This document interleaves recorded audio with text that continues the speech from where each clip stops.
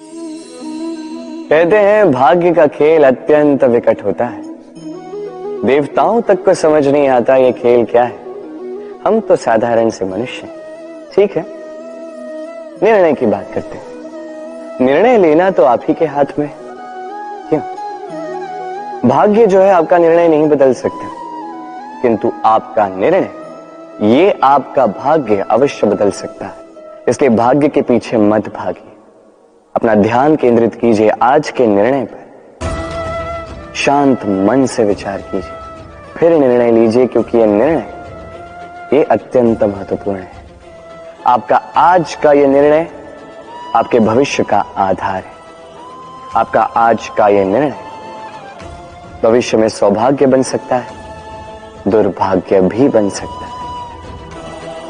चयन आपका। राधे राधे। कभी आपने किसी तितली को देखा है? अच्छी तो लगती ही होगी। तितली भला किसे नहीं भाती, छोटे हो या बड़े, सभी को लुभाती है ये तितली। अब सोचिए, इस तितली का आरंभ कहां से होता है? इस तितली का आरंभ होता है एक छोटे से अंड से, जहां वो सुरक्षित रहती है। अंड को तोड़कर जब वो इस संसार में आती है तो एक कीट के रूप में आती है। कीट जो भूमि पर रेंगता है, जो वृक्ष के पत्तों पर सुरक्षित रहता है। कुछ समय पश्चात होता है एक और परिवर्तन। उसके पंख निकल आते हैं, तब वो तितली बनती है। तब वो इस आकाश में उड़ान भरती है, सुंदर सुंदर पुष्पों पर रस का आनंद लेती है। कभी सोचा है कि तितली ही ये क्यों कर पाती है, कोई और क्यों नहीं? क्योंकि वो उस अंड से बाहर निकल पाती है। यदि वो उस अंड से बाहर निकल ही नहीं पाती तो कभी उड़ ही नहीं पाते, कभी तितली बन ही नहीं पाते। यही हमारे साथ भी होता है। हम सदैव वहां रहना चाहते हैं जहां हमें सुरक्षा मिलती है, उस सुरक्षा चक्र में ही रहना चाहते हैं, किंतु ये विकास सुरक्षा सीमा को लांघने पर ही आरंभ होता है। तो यदि आप जीवन में कुछ बड़ा करना चाहते हैं, कुछ महान कार्य करना चाहते हैं, अपना व्यक्तित्व बनाना चाहते हैं, तो इस सुरक्षा चक्र को भूल जाइए। सुरक्षा सीमा को लांघिए, आगे बढ़िए, चुनौतियों का सामना कीजिए, कठिनाइयों का सामना कीजिए, साहस के साथ आगे बढ़िए और शक्तिशाली बनिए।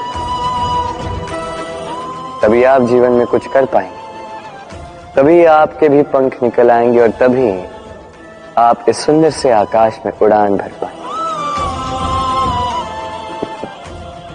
राधे राधे। हम सभी मंदिर में जाते हैं, ईश्वर के समक्ष बैठकर हाथ जोड़ते हैं और अपनी मांग रखते हैं।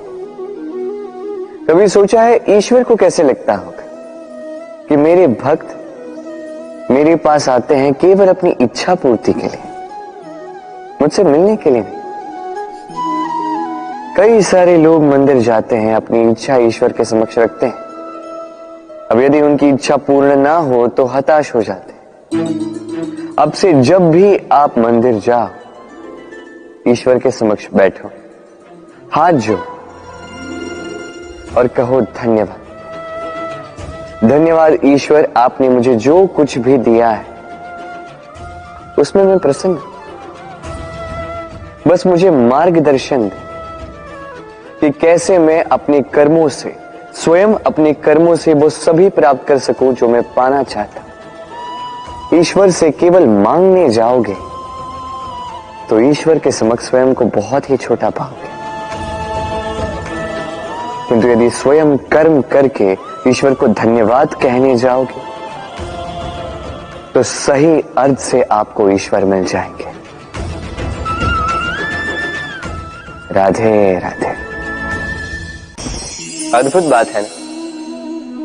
हमें सदैव हमारे नाम से बुलाया जाता है, नाम से हमारी पहचान है। ये नाम ही है जो इतिहास में स्थान बनाने में हमारी सहायता करता है। नाम बनाने के लिए व्यक्ति क्या कुछ नहीं करता, नाम पर कलंक न लग जाए, इसके लिए क्या क्या प्रयास नहीं करता।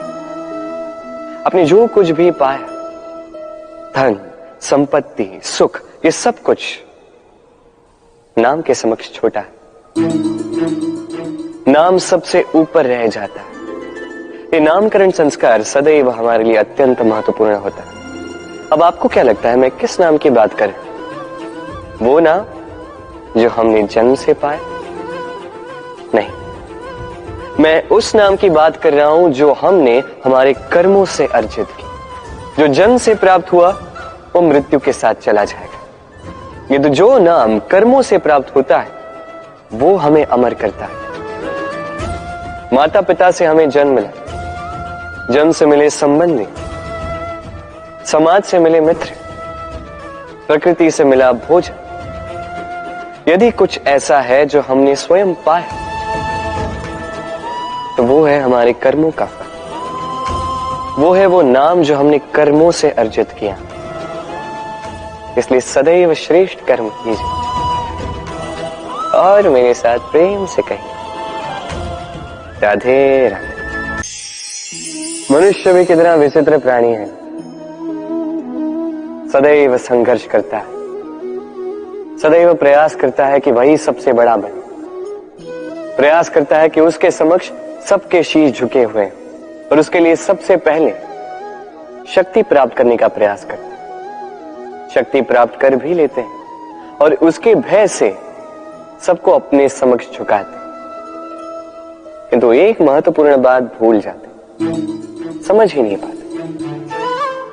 चलो मैं आपको उदाहरण देता हूं। कभी आपने किसी वृक्ष को देखा होगा, उसकी डालियां देखी होंगी जो फल के बोझ के कारण झुक जाती। वो फल टूटता है, पुनः ऊपर जाती, फिर एक और फल देती, वो टूटता है, पुनः ऊपर जाती, सदैव झुकी हुई नहीं रही। कभी कभी चलते चलते आपने देखा होगा, कभी आपका पांव किसी पौधे पर पड़ जाए तो पौधा दब जाता, किंतु जैसे ही पांव हटाओ पौधा पुनः खड़ा हो जाता है।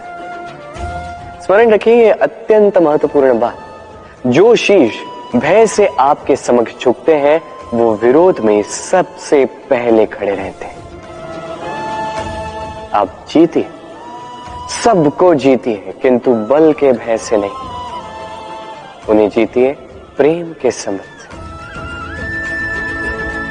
राधे राधे। ईश्वर ने बेलों को खड़े रहने की शक्ति नहीं दी, ईश्वर ने यह शक्ति दी वृक्ष को।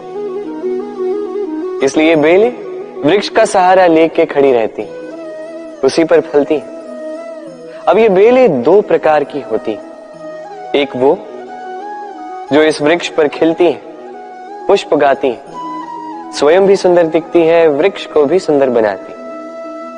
दूसरी वो जो वृक्ष को पूर्णतः सुखा देती, उसकी प्राण शक्ति उससे सोख लेती और अंत में स्वयं भी मुरझा जाती। स्मरण रखिए, यदि कोई व्यक्ति सदैव आपके साथ खड़ा रहा, सदैव आपका संबल बनकर रहा, सदैव उसने आपकी सहायता की है, और यदि आप उसके साथ छल करोगे तो आपका पतन निश्चित है। ऐसा कभी ना करें। सदैव ऐसे लोगों को प्रेम दे, सम्मान दे और मेरे साथ आनंद से कहें राधे राधे। आइए इस पौधे से मिलिए। मेरे लिए ये पौधा अत्यंत प्रिय है। मैं इस पौधे से बहुत प्रेम करता हूं। अब सोचिए, यदि इसी प्रेम में मैं इसे दिन में 6 बार जल दूं तो क्या इसका विकास और अच्छे से होगा? क्या वो इसके लिए शुभ होगा? कदापि नहीं। इसकी जड़ें गल जाएंगी, इसकी जड़ों में जो जल सोखने की शक्ति है वो समाप्त हो जाएगी। तो आवश्यक क्या है? आवश्यक है कि उचित मात्रा में इसे जल दिया जाए। आवश्यक है कि उचित समय के पश्चात इसे जल दिया जाए। आवश्यक है कि इसे सूर्य का ताप भी सहना होगा। आवश्यक है कि हर कार्य मर्यादा में होना चाहिए। अब यही भूल अधिकतर माता पिता कर बैठते हैं। अपनी संतान से इतना प्रेम करते हैं और उसमें संतान की हर आवश्यकता पूर्ण करते हैं, हर एक वस्तु उसे देते हैं, हर एक बात करते हैं, और ऐसे में उस संतान के विकास में स्वयं ही बाधा बन जाते हैं। ऐसा मत कीजिए। ये यात्रा संतान की भी है, उसे भी जीवन में आगे बढ़ना है, बहुत कुछ सीखना है, अपने बल पर कार्य करने दीजिए। एक अत्यंत महत्वपूर्ण बात आपको बताऊंगा जिसे आपको स्मरण रखना है। प्रेम और शत्रुता यदि अति है तो घातक है। हर बात में संतुलन बनाकर रखें और मेरे साथ प्रेम से कहें, राधे राधे।